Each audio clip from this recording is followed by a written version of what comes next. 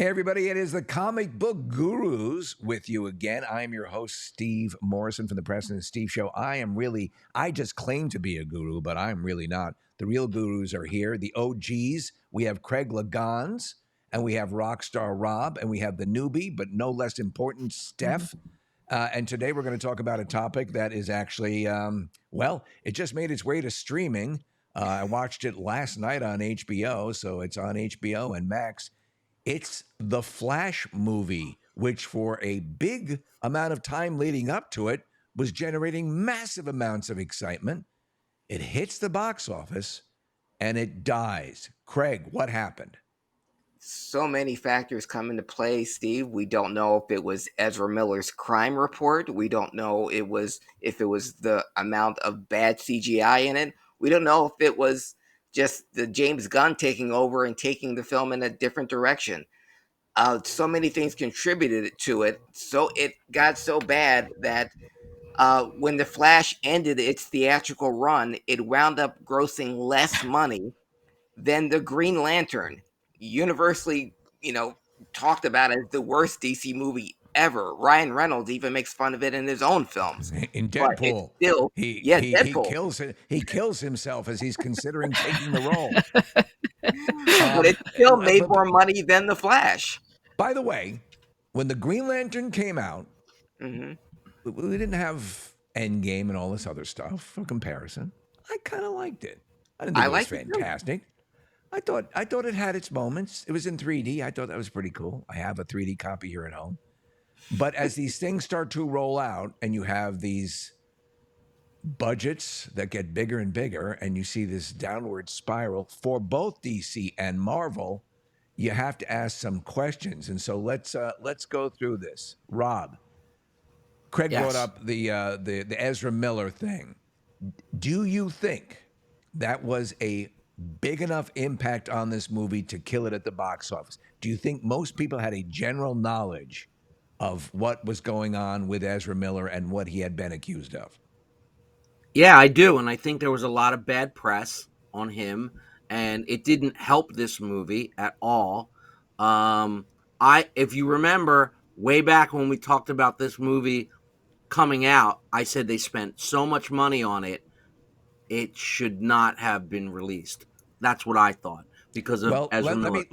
Let me jump in here and say something too. We had a big disagreement about the Batgirl, the movie. Yeah. Mm-hmm. And I thought for sure at some point they were going to release that. As to this date, they have not released it. So you were correct on this one. And in fact, the end of the Flash movie, they were going to try and make Michael Keaton into like a Nick Fury, bringing all these characters together.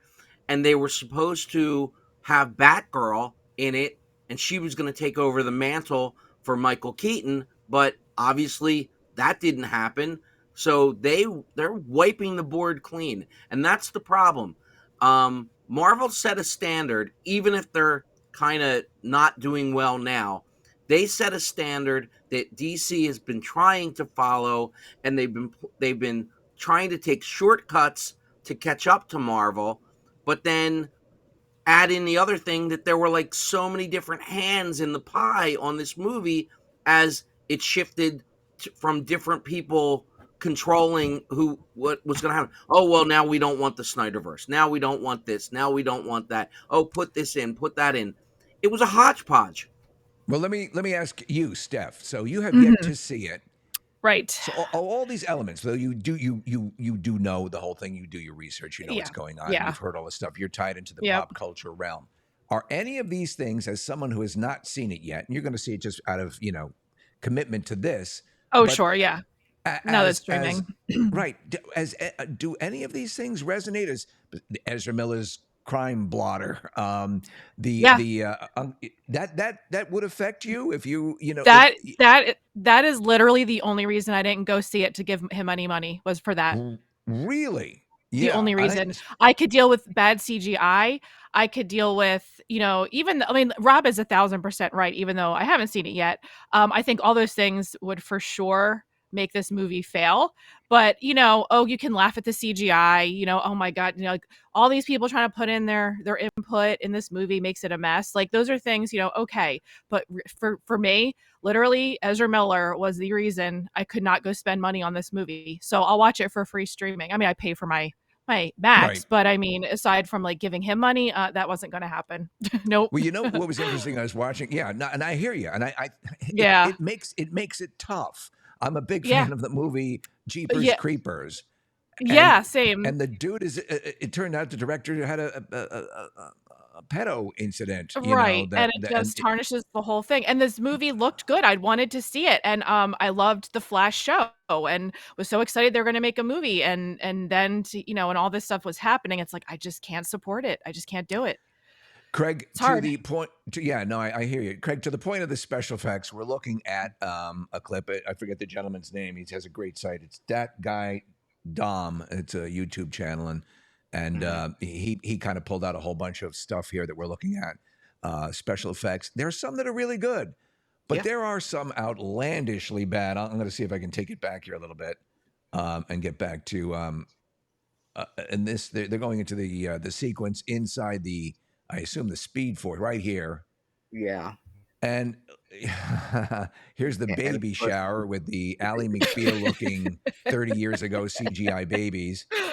And but when they're inside the bubbles, the whole thing, and he's yeah. going through the different time periods, the characters look positively cartoony, like you're looking inside a comic book. Was that a creative decision? We're going to get to it in a second. Was that a creative decision, you think, by Andy Muschietti? Is that his name? It was Andy Muschietti was the director, and we don't know. He obviously has final say, but as Right. far as and But the did you think that was his edict? Make it look like here, Christopher Reeve. I mean, and Howard Slater they look horrible. and Nicolas Cage from the aborted John Peters Superman. That should Uh, have never been in there. Yeah, hey, well, I don't have a problem. I don't have a problem with that. Or Adam West right there. No, I think it was what Rob touched on earlier. Too many cooks in the kitchen. Andy Muschietti, his special effects and CGI in both it movies were great. phenomenal. Hmm. It was Yeah, great. so I don't put it all on him. On the other hand, he's never done a superhero movie before, so I think he deferred to the people that thought they knew what was best. And we'll get to a graphic in a minute. All the stuff that they didn't put in this Speed Force effect. Yeah, Christopher Reeve and Helen Slater, Nicolas Cage. Yeah, they all look yes cartoony. Like it reminded me of Vigo and Ghostbusters 2. Just the Yeah, face. except not as good. I mean, Yeah. to your point here, Mhm. you know, obviously, so Rob, I'm not that pissed off that they put in these, you know, the Nicolas Cage and all that stuff. It's kind of a nod to okay, I guess we are in a multiverse that's that comprehensive where even movies that weren't made are are represented. But okay, that's cool. But I mean, laughably bad CGI, as so much so that it almost looks like those were placeholders that finally made it to a theatrical release, which begs the question: what were you doing between the 2.5 years at which point it was completed to the point they were able to release it? Because there was stop, start, COVID, stop, start, all that going on. And so I get that, the delays, but you certainly had time to brush up those effects, and they looked terrible. Um, I don't know if that was a question or an observation, but I'm going to go right to the thing you were mentioning, Craig, which is this list of cameos that didn't make it into the Flash. Lead us through it. Yeah, well, the ones that were actual there that were taken out, Gal Gadot's scene, Henry Cavill's scene, Grant Gustin made a cameo. They were all filmed that were cut out. The ones that the ideas that were touched upon but never realized: Cesar Romero's Joker, Burgess Meredith's Penguin, You know, and just a quick thing here on the Grant Gustin. Ezra Miller made an appearance as the Flash exactly. And Grant Gustin on his series, The Flash. he did when the Flash TV series first touched upon Mhm. the multiverse in Separate Earth, and Ezra Miller showed up on on the Flash TV show unannounced, and it broke the internet the next day. Grant Gustin returned the favor, and it was cut. So I get that obviously everything's sort of stumbling and falling and tripping all over themselves. And I'll say that at the beginning of all this, the hype level and the excitement level for me was off the charts. And then when I started to hear, and I don't know if this is the movie company asking people like Tom Cruise and other, people well placed within the comic book industry or just the movie industry in general to say, this is one of the greatest superhero movies I've ever seen. I think James Gunn, obviously said what he said. I think everyone was trying to make everyone at least accept the fact that, hey, this may not be something that's going to continue, but it's so good you should still go see it. But I'm sorry, I jumped in. All these people here didn't make it. Do we know if there's actual film or Henry Cavill? Storyboards I know with Grant Gustin, but Henry Cavill and Gal Gadot's scenes were shot and were taken out. And that was a good. No, I was going to say, they were supposed to be setting up Superman and Wonder Woman for their next films, and whatever was going to be happening in this movie was going to be setting it up, a little taste that would lead into their next movies. But since those movies aren't happening, then there was no need to have them in there. But I have to bring up a point that it's like, do we start to think that this multiverse thing just might be a little too much for the average moviegoer? Well, here's what I would have to ask, because you have the Spider-Verse movies, and you had the Spider-Man No Way Home. It's a multiverse, and they all killed it, at the box office. So what? I agree that I think it can be pretty complex for a lot of people. I think the second Spider-Verse movie was a little much for a lot of people, your general moviegoer to process. What do you think, Steph? Is the multiverse as a tool of storytelling? It's very common in the comic book realm. Do you think to the average moviegoer that presents a problem? Yeah, I mean, I'm definitely your poster child for average moviegoer, and not into like all the backstory. But I did watch the second Spider-Verse movie, and it was heavy on the multiverse. But I think because of the way they animated it, it was easier to follow. I think if it was just straight through, it might have been harder for me to be like, okay, where are we now? Who is this? Marvel's done a pretty good job. I mean, definitely better than DC. For me, I still will have questions and like have to look stuff up and just ask like, okay, where are we on this? So like, who is this now? It's really confusing in DC. I think it is good to use to tell a story, but I also don't want them to start using it as a crutch to explain mistakes and explain this and have an excuse to bring this person in and just say, oh, it's the multiverse, because then it really like takes away from like how important it could be. So yeah, I just don't want it just being like thrown around. Let me pose this, is because it's been my issue with multiverse, the multiverse thing. And I brought this up to Kevin Smith, not to drop names, and he agreed. I think a lot of times you can rob a story of its dramatic impact if you know that all you have to do is jump over to the next Earth.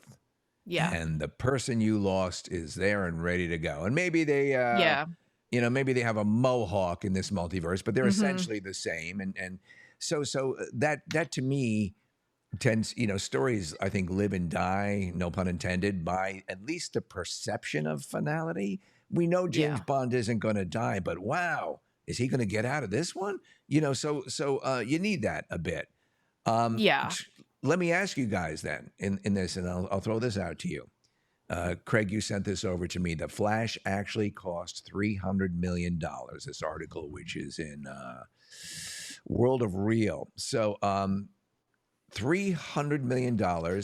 So to start to turn a profit, it would have had to begin to make a profit. It would have had to have hit the $900 million mark, close to $1 billion. It's nowhere near that. If you're James Gunn, looking at the universe, and now since Blue Beetle has come out, and we're going to talk about that in another episode, but if you're seeing these bombs and this reaction to the movies, and you've just taken over the helm at DC, where do you see the future going? What's your best move? I'm going to put each of you in the James Gunn seat. Craig, what do you do? You start at the beginning and you start fresh. Exactly what he is doing, by not by erasing pretty much everything that was in the Snyderverse. For this movie, for the Flash to do anything, it had to do Barbie numbers, from the gate, and it wasn't going to do that. So what James Gunn is doing now is exactly what he did at the beginning of Guardians of the Galaxy. I'm taking characters that nobody knows, but I'm well aware of, and I'm going to put my passion and heart into this going forward. It's going to piss a lot of Snyderverse fans off and a lot of DC fans off, but he's got a clear vision. You have to understand with The Flash, it had three, while it was going, it had three different heads of Warner Brothers. So you had three different people had visions of what the Flash movie should be. Michael Keaton should be in it, but then the Batgirl debacle happened. Okay, then we'll take all of Michael Keaton stuff out. We'll put Ben Affleck stuff in. Well, we don't want the Snyderverse in it anyway, so we'll take them all out. And this is what you got. So you got to start from the beginning. All right, Rob, what about you? You are James Gunn. You've been handed the keys. What are you going to do? I think he's smart by not doing Origins again, because nobody wants to see it. That's one good thing Marvel did. They didn't spend time on Origins. Because people are sick of it. People don't want to see the rocket come down and the baby again, baby Superman. So it's like you pick a point, you start, but maybe if he's telling a story, like Marvel was very good in the beginning of connecting these things. So if he starts with something that doesn't have Batman and doesn't have Superman and doesn't have Wonder Woman and starts before them, then he could be telling a story that would lead up to them. And, all right. All that makes sense. Steph, what about you? Yeah, I think that's true. He can make a good movie. We saw that with Guardians. So it was exciting. I think people were really excited to see him move over to DC and be like, okay, let's clean this up. But I think it was nearly an impossible task with this movie because just what you were all saying, all those reasons. It was just impossible. So it was just kind of like, all right, let's get this out, get it done. And hopefully, moving forward, when he saw how bad this did, hopefully that's what he'll do. Just start from scratch, do what he can do what he knows how to do, and then hopefully we'll start seeing better movies. All right. So now I'm going to ask you all in unison when I count to 3 to say, Steve, what do you think? All right, ready? 1, 2, 3. Steve, what do you think? Not in unison. Thanks so much for asking. You guys, harmonies like the Bee Gees. No, here's what I think. I do have a lot of faith in James Gunn. One of the few success stories of the past couple of years has been Guardians 3. The guy knows how to do it. The Christmas special was sensational for the Guardians. Peacemaker, he can jump around to the really incredibly profane, but he knows how to tell a story. He knows how to progress characters. He knows how to take absurd scenarios and make them tangible and ingestible for the average moviegoer. So I think he's going to do some great stuff. I am and will always be a massive fan of the Snyderverse.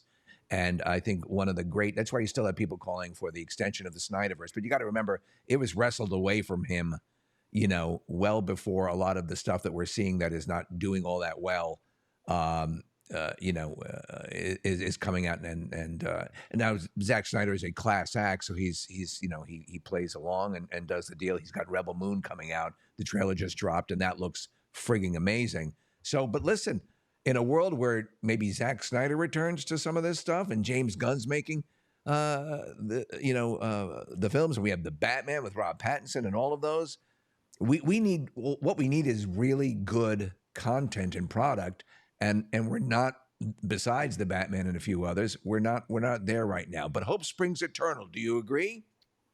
Most definitely. Anything's possible.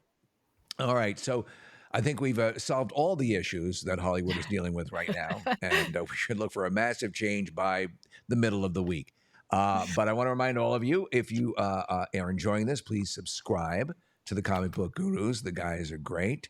And please let us know what you think, what you like, them, what you don't like, me.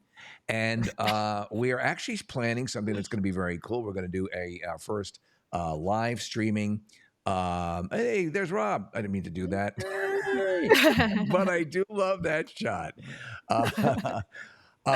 Yeah, there is a live streaming episode that we're planning where you can comment and talk to all of us. And the conceit of this episode is going to be we are each going to select our favorite on-screen Batman and give our case for that Batman. So that should be pretty exciting. So again, support the channel if you can. Subscribe, tell people about it. We're building it. We want to make it good. We know we're not awesome yet, but we're trying.